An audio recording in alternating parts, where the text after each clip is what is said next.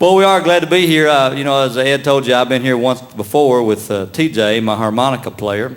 And anytime I get invited back someplace and I'm someplace for a second time, I consider that to be a steady gig. This is my only steady gig. No, I take it back. I do have a steady gig. I shouldn't tell you all about this, but I do have a steady gig in Texas. I've got a real good friend of mine. She's a director at a mental hospital. And she flies me out 3 or 4 or 5 times a year to sing for her patients. In fact, last July, I went out there to do the show for her. And after I got through doing my show, I just walking around talking with some of the patients. And this one old boy just kept staring at me, just bird dogging me everywhere I'd go, And finally, he came over to me and he said, we really like you. I said, well, I like y'all too. And he said, no, he said, we like you a lot. He said, we have a lot of people come sing for us and entertain us. But he said, we like you best. I said, well, good. He said, yeah, it just seemed like you one of us. We had to do a show in Arizona one time at this place called Black Rock. The guy said, you can't miss it right off the interstate. Well, we drove around 3.5 hours looking for can't miss it right off the interstate, Finally, I told the guys, I said, we better stop, man, somebody. We're going to be late for this show. And so we went in this Union 76 truck stop. I could tell by looking at this old boy behind the counter. Don't ask him. I mean, the wheel was turning, but the hamster's dead. Y'all know what I'm talking about?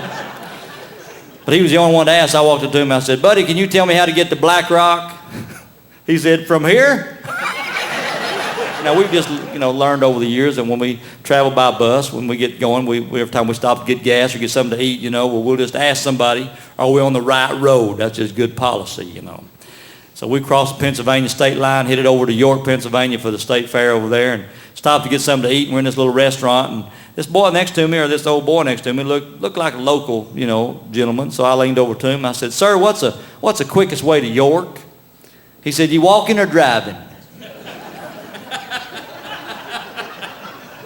I said, we're driving. He said, that's about the quickest way. Couldn't believe I was in this drugstore and I was standing in line and I started laughing. I know everybody in there thought I was nuts, but I saw this big sign said, kiss your hemorrhoids goodbye.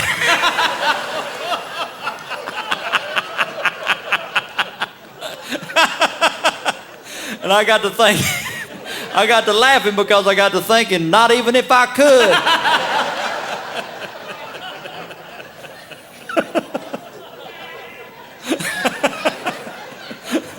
There's my laughing guy over here. I knew he'd got to be somewhere around here. Let it out, lady.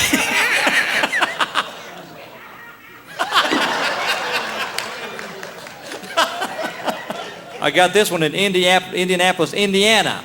It was also in the want ads. It says, wedding dress for sale, never been worn. $700 or we'll trade for 45 caliber pistol.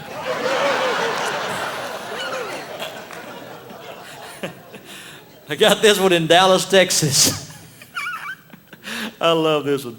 People say, how come you laugh at your own jokes? Well, sometimes it's the first time I've heard them. This is an ad for a beauty shop or a hair salon. It says, hair magic. If we can't make you look good, you ugly.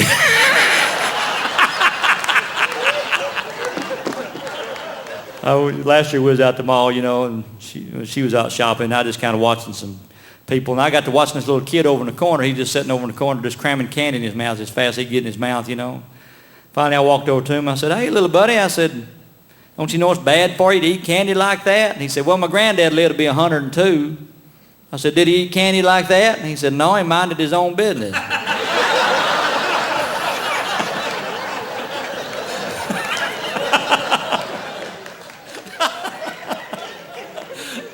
Oh, man. You got to let me get through this.